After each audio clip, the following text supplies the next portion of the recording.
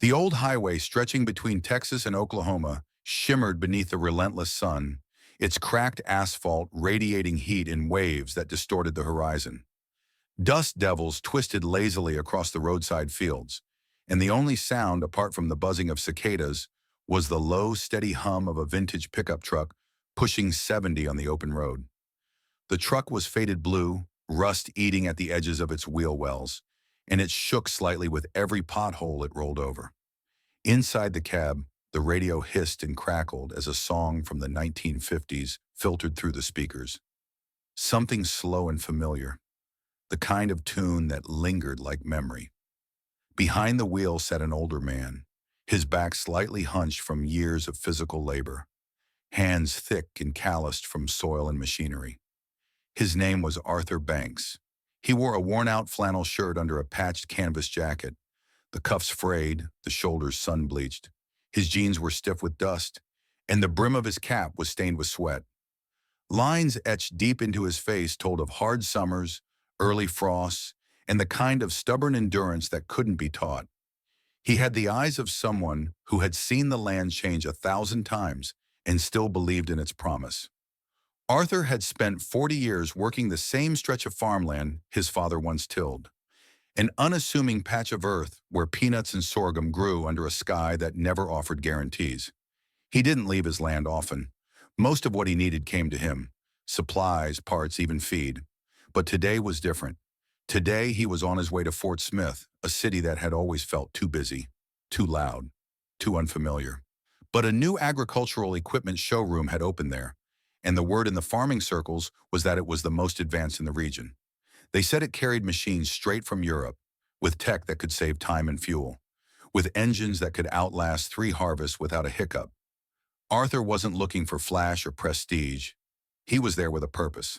His nephew, a young man in his 20s who had come back from college with big plans and callow optimism, had decided to take over part of the farm. Arthur saw potential in him, a rare kind of hopefulness. But the land required more than good intentions. It needed muscle, reliability, and the right tools. So Arthur had sold off 2 old combines, pooled the rest of what he had saved, and now he was heading to the showroom to buy a new tractor. Not for himself. He'd had his time. This was for the future. As the city limits came into view, the fields gave way to warehouses, strip malls, and gas stations. Billboards lined the highway, fast food, insurance, political candidates. Arthur drove on, barely glancing at them. He exited onto a newly paved road that curved toward a sprawling, glass-walled building at the edge of an industrial park. It stood out like a monument. Gleaming windows, tall steel beams, banners snapping in the breeze advertising 0% financing and next-gen performance. He pulled into the lot and parked in a far corner, away from the clustered luxury pickups and spotless SUVs. For a moment, he just sat there. The engine ticked as it cooled, and he took off his cap, running a hand through thinning gray hair. He looked at the building, at the reflection of the sun off the glass, and drew a long breath. Then, with deliberate movements, he stepped out of the truck, stretched his legs, and straightened his jacket.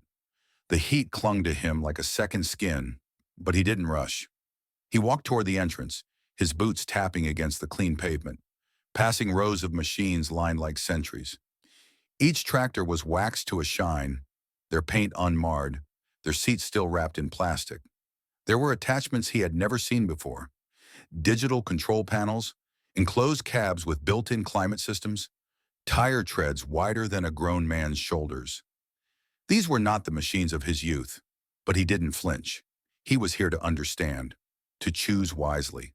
The automatic doors slid open with a gentle sigh, and a blast of cool, processed air washed over him as he stepped inside. The lobby was cavernous, filled with light and polished surfaces. Giant banners hung from the ceiling, showcasing smiling farmers beside state-of-the-art equipment. Somewhere in the background, a promotional video played on a wall-sized screen, narrated by a confident voice that promised efficiency, innovation, and pride. Arthur paused at the threshold, taking it all in. There was a smell to the place, new plastic, polished metal, and the faintest trace of synthetic air freshener. Sales representatives in branded shirts moved like clockwork across the floor, clipboard in hand, greeting customers with bright, rehearsed smiles. He glanced down at his boots, dusty from the road, then looked up again, eyes steady. He hadn't come to be impressed. He had come to find something that would last. The moment Arthur stepped through the sliding glass doors, he was met by an artificial cold that clung to his skin like fog. The conditioned air hummed through the vents in the ceiling, circulating with a clinical precision that seemed to match the gleam of the showroom floor. Everything inside was pristine, too pristine. The polished tiles reflected the overhead lights with mirror-like clarity, while the walls of glass let in the late morning sun without a trace of heat. It felt less like a place for machines and more like a gallery, a high-end museum dedicated to the future of agriculture. The tractors, harvesters, and attachments were arranged like sculptures, not a fingerprint on them. Each model sat atop its own display platform, flanked by laminated spec sheets and touchscreen kiosks that played silent loops of promotional footage. The machines were spotless, sterile in their perfection. Arthur's boots clicked softly against the tile as he made his way forward, his reflection trailing him across every surface. He paused near the center of the room, eyes drawn to a large, squat machine painted in a muted forest green. It was the X900, a model he had heard about from another farmer in the co-op, a man who'd called it the workhorse of the next decade. Arthur took a step closer. The tractor wasn't flashy like the others. Its lines were clean, purposeful, no unnecessary chrome, no sleek digital gimmicks. Just steel and grit, with a kind of presence that seemed built for sun-hardened fields and stubborn soil. It stood apart from the rest, less like a trophy and more like a partner. He circled it slowly, his hand instinctively reaching out to test the metal casing, to feel the weight of the thing. The motor housing was tight, the welds clean. He crouched to examine the undercarriage, noting the suspension and tire thickness. The interior cab was raised high off the ground, visible through reinforced glass. Arthur imagined the hum of the engine, the vibration in the seat, the resistance in the steering column as it pushed through soft ground after rain. But while Arthur studied the machine, the room around him moved on. Salespeople weaved through the showroom floor, their shirts pressed and tucked, sleeves rolled up just enough to seem casual but not careless. Every strand of hair on their heads seemed calculated. They were young, polished, armed with digital tablets and voices tuned to just the right volume. Their attention shifted between clusters of customers, men in tailored jeans and branded hats, women in embroidered jackets, groups who spoke confidently about bulk purchases and tax deductions. No one noticed Arthur. Or if they did, they chose not to. He didn't demand attention. He simply continued his quiet inspection, moving to the back of the machine to examine the hitch system. The hydraulic lines were clean, fittings tight. He mentally noted the ground clearance and tried to gauge if it would make it across the uneven southern slope of the old Westfield. Eventually, he stood and approached a nearby employee, a young man with a sharp jawline and square glasses, who stood alone while checking something on his tablet. Arthur offered a polite nod, waiting a second before asking a question about the model's fuel efficiency. The employee looked up briefly, his eyes scanning Arthur's jacket, pants, and scuffed boots. Something in his expression flickered, then cooled. Without much attempt to hide his impatience, the young man waved toward the machine and told Arthur not to touch anything unless he was seriously planning to buy. His voice was flat, dismissive, as if giving instructions to someone who had wandered in from the parking lot by mistake. Then he turned away without waiting for a response. Arthur didn't respond either. He simply nodded quietly and stepped back. There was no shift in his posture, no sign of offense. He moved across the room to a small seating area near a rack of brochures. The chair creaked slightly under his weight as he sat down, reached for a booklet, and began flipping through the pages. The words meant less to him than the images. Cross-sections of engines, diagrams of attachments, photos of proud farmers who looked nothing like him. The murmur of voices around him continued, rising and falling in rehearsed cadences. He noticed a group of employees standing nearby, clustered around a counter. One of them, a man in his 30s with a buzz cut and bright sneakers, glanced over at Arthur and grinned. He nudged a colleague and said something loud enough for others to hear. A joke. Something about a homeless tour group arriving early. The others laughed, a few of them not even bothering to look away. Arthur didn't flinch. He simply turned another page. He had worked under sun so hot it cracked the paint off barn doors, under winds that bent trees sideways. He had buried two brothers and nearly lost the farm 3 times. A joke from a boy in a pressed shirt could not reach him. But the coldness in the room, the deliberate invisibility that settled in his bones. Behind those transparent walls in that gleaming palace of machinery, the distance between him and them felt like miles. Arthur remained in the showroom for nearly an hour. He moved from machine to machine with a patience that came from a lifetime of steady work. He took his time, read through brochures, examined specifications, and tried again to ask questions. Each attempt was met with something less than professional. Some employees interrupted him before he could finish his sentence, offering clipped responses delivered without eye contact. Others gestured vaguely toward signs or pamphlets as if the answers were obvious and he was a nuisance for asking. Once, a tall man with a name tag that read Sales Manager stepped over to Arthur after noticing him near a Pro Series display. The man's expression was polite, but his tone carried the sharpness of assumption. He pointed to the base model across the room and suggested that Arthur might want to start there, implying that the higher-end machines were priced well beyond reach. Arthur listened without reacting, though the words lingered longer than they should have. Still, he pressed forward, moving to the financing counter near the far end of the showroom. A sleek digital screen listed promotional options, but the language was dense, filled with fine print and acronyms. Arthur had questions, practical ones. Whether seasonal income was factored into payment schedules, what kind of down payment was standard, how insurance was handled on leased equipment. He waited for a representative to become available, then approached slowly. The man behind the desk looked up with a practiced smile, which faded slightly as Arthur stepped closer. His eyes dropped, scanning Arthur's worn jacket, his jeans frayed near the cuff, the boots coated in a thin layer of red dust. There was a pause, brief but unmistakable, before he leaned back in his chair and asked what kind of budget Arthur was working with. The question was flat, mechanical, and came with a faint air of dismissal. Arthur answered plainly, mentioning his interest in long-term financing and explaining the purpose of the purchase. The family farm, the handoff to his nephew, the need for a reliable machine. The representative tilted his head and gave a small chuckle that wasn't friendly. He said that most buyers came in with cash.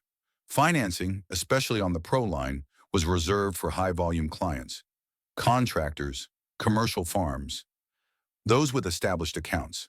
His voice remained even, but it carried the same quiet judgment Arthur had heard before. In other towns, other showrooms, other places where his value was weighed against appearances. Arthur nodded once, as if taking stock of the moment, and turned back toward the open floor. He stopped near the X901 last time, resting a hand briefly on the fender. The steel was cool beneath his fingers. A fine layer of dust had settled on his palm, a reminder that even machines so carefully staged still carried traces of the world they were built for. He walked slowly toward the exit. No one followed. Behind him, a pair of employees near the reception desk muttered something too low to catch. But Arthur heard one phrase clearly enough. "Thank God he's leaving." It wasn't cruel in tone, just dismissive, as though a box had been checked, an interruption removed from the day's schedule. He didn't stop. He didn't look back. The automatic doors slid open, releasing him once again into the dry Texas heat. The sun hit his face without apology, and the distant hum of passing cars filled the silence left behind by air conditioning and filtered music. There was no anger in his eyes, no indignation or wounded pride. Only a deep weariness that came not from this single encounter, but from the slow accumulation of many just like it. Arthur had lived through droughts, floods, the loss of markets, and the erosion of promises from people who never stepped foot in a field. He had seen machines change, prices rise, and neighbors disappear. But something about this, being made invisible in a place built for the very people who fed the land, cut differently. He stood beside his truck for a moment, glancing back at the gleaming glass facade. The building reflected the sun like a monument, but inside it had felt hollow. He opened the door, climbed in, and let the engine turn over with a familiar rattle. As the tires rolled back onto the highway, the showroom faded into the rearview mirror, just another building on the road that never seemed to notice he'd been there. The morning light streamed through the tall windows of the corporate headquarters in Dallas, casting long reflections on the polished floors. Employees filtered into the building in a quiet rhythm, coffee in hand, eyes flicking between their phones in the elevators. Among them, unnoticed at first, walked a man with purposeful steps and a crisp navy suit. His name was Mark Hayden. At 38, he had recently been appointed CEO of Hayden AgTech Industries, a major player in the agricultural equipment market with dealerships across several states. Mark was known in the business press for his forward-thinking approach, a clean break from the slower, legacy-driven culture of the boardroom. But what few outside the company knew was his connection to the family that had helped build the empire. More specifically, to the man who had stood in one of those very dealerships the day before, invisible to the staff. Arthur Banks, his adoptive father, had been one of the early investors when the company was still a risky venture run out of a grain warehouse. He had declined a position on the board, insisting he belonged in the fields, not behind a desk. Still, his voice carried weight, and his values had long shaped the company's quiet ethos. Mark entered the building without fanfare. He bypassed the assistant's desk, walked past the floor of analysts and sales strategists, and stepped into the executive conference room. No one had expected him. No meeting had been scheduled. But when Mark Hayden arrived, people followed. Within minutes, the room filled with key department heads, regional managers, and a few nervous legal advisors. A quiet tension settled over the space. He did not begin with a speech. Instead, he requested, firmly and without delay, all security footage from the Fort Smith dealership, focusing on the customer interactions from the previous day. The tech team hesitated, but within moments, the large screen flickered to life, showing a slow scroll through time-stamped footage. Audio played softly at first, then louder, capturing the low voices of sales associates, the dismissive tone, the derisive comments made when they believed no one important was watching. Mark stood still, his arms crossed, his eyes fixed on the screen. Those in the room watched too, uncomfortably shifting in their seats. Some stole glances at each other, some avoided looking altogether, but Mark's expression remained unreadable. No flicker of rage crossed his features. No outburst disrupted the silence. When the footage ended, he quietly asked for a list of the employees involved. He received names. He took a moment, then instructed the HR director to proceed with immediate terminations for those responsible, including the floor manager. No debates, no warnings. He then turned to the regional operations chief and issued a second order. Suspend the dealership's general manager pending review and appoint a temporary team from headquarters to conduct a full internal audit. He wanted every store in the region reviewed, not for sales numbers or inventory, but for customer experience. He wanted to know how people were being treated, especially those who didn't walk in with suits or spreadsheets. Mark wasn't finished. He asked the product team to remove the existing display models from the Fort Smith showroom by end of day. In their place, he demanded the installation of a new series of machines, the X-Line Advance, that had been in development for over 2 years. It was a passion project Arthur had consulted on quietly, late into the evenings, sketching improvements and design notes from the back porch of his farmhouse. The project had been shelved temporarily, deemed too niche for the mainstream market. Mark overruled that decision. The X-Line would now be the face of the dealership. Lastly, he instructed the facilities division to prepare a new installation for the front lobby. He dictated the exact phrasing himself without referring to notes. The plaque would read, "This showroom is dedicated to Arthur Banks, a man who believed respect should never be judged by appearance." The message would be etched in steel, placed beside the customer entrance, and remain a permanent fixture of the building's identity. When the meeting ended, Mark left as calmly as he had entered. He didn't explain his connection to the man in the video. He didn't reference legacy or family. He allowed the silence to speak. In a company obsessed with metrics and margins, he had reminded them all that some values couldn't be quantified, but their absence could cost more than any machine. That afternoon, teams moved quickly. Emails circulated, schedules shifted, trucks were dispatched. At the Fort Smith dealership, Stunned employees watched as crates were wheeled in and floor models vanished. The lobby was scrubbed, rearranged, prepared for something new.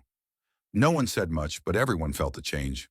It didn't come with banners or celebrations. It came with accountability, quiet and precise.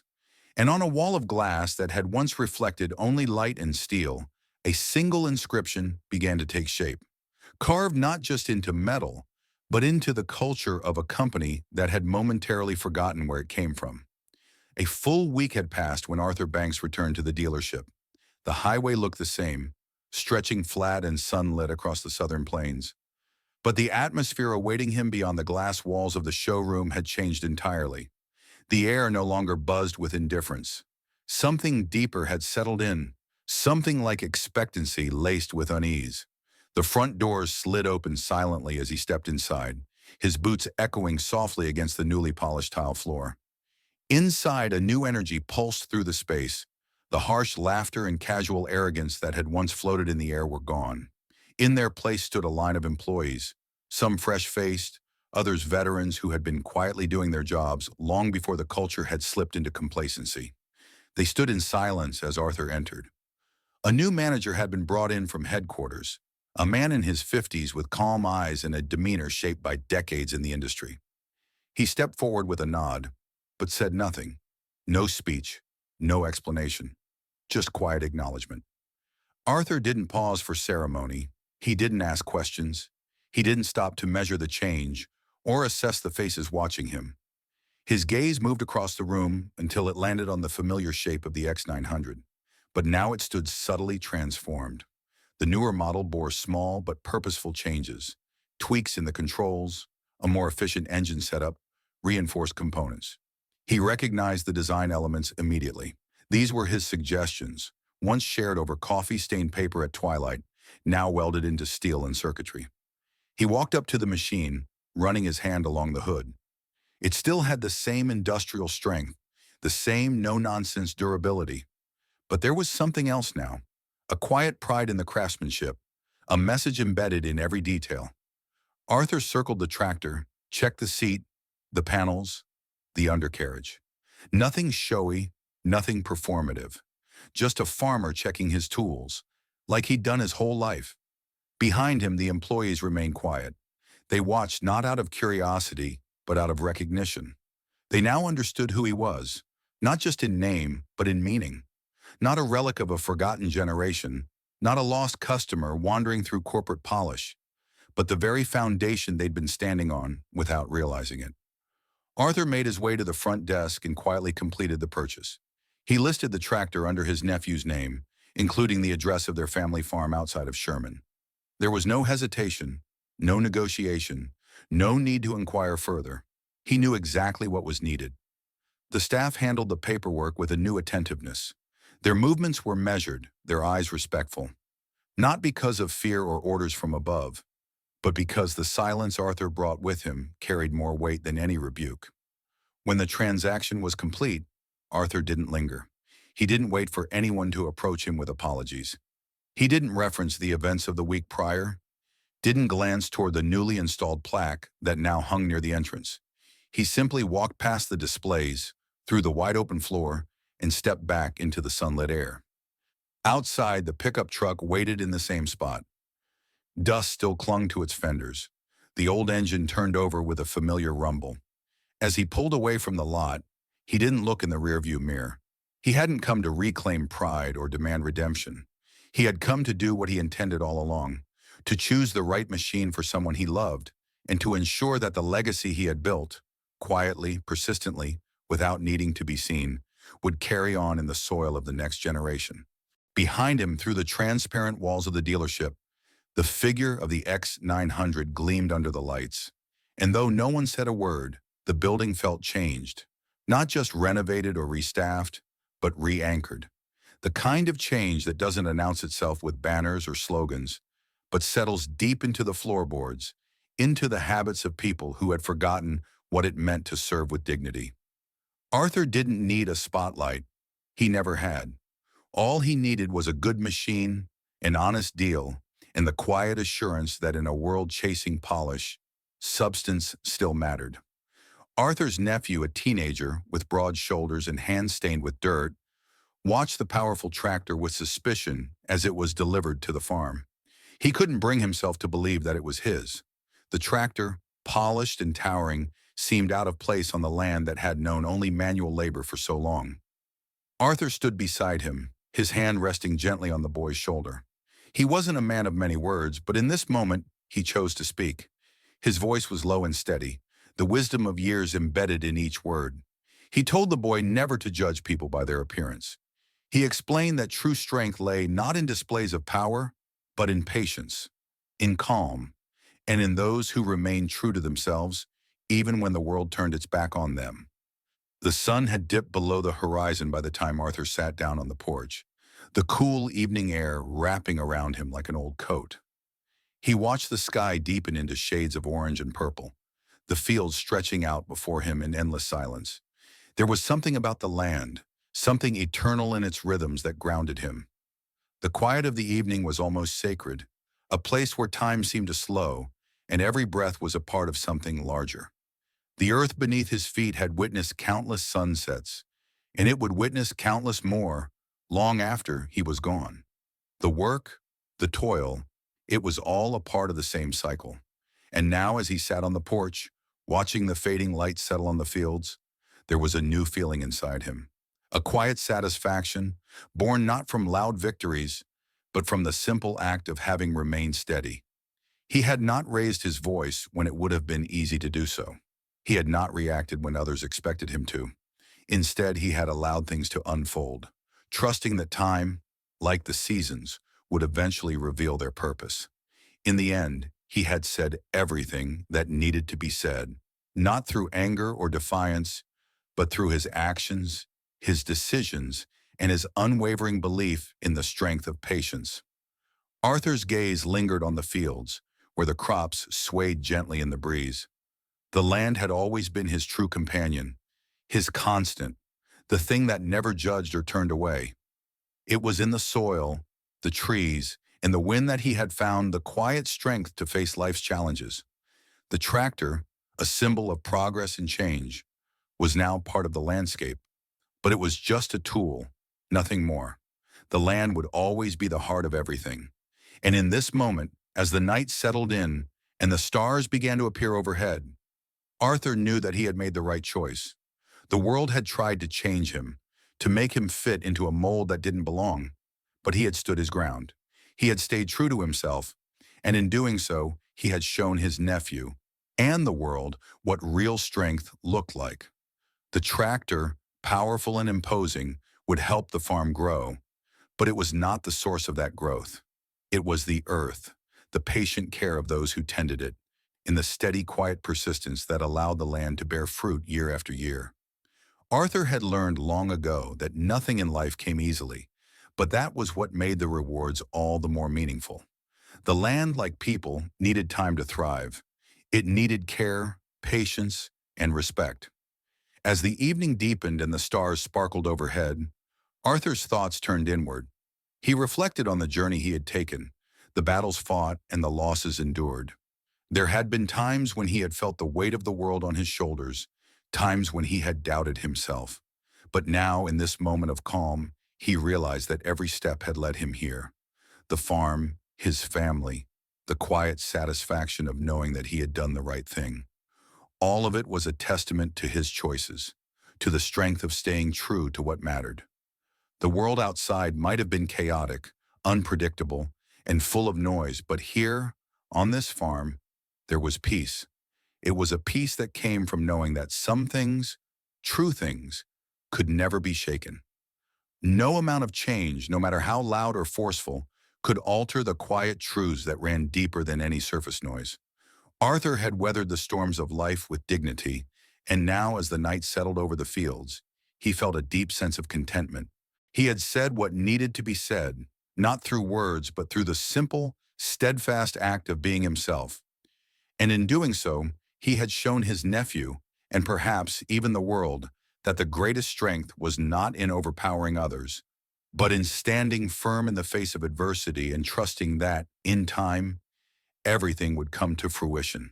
And so, As the stars glittered above and the cool breeze whispered through the trees, Arthur remained on the porch, watching the land, watching the world turn. There was nothing more he needed to prove. The earth had taught him everything he needed to know. All that was left now was to watch as it continued to grow.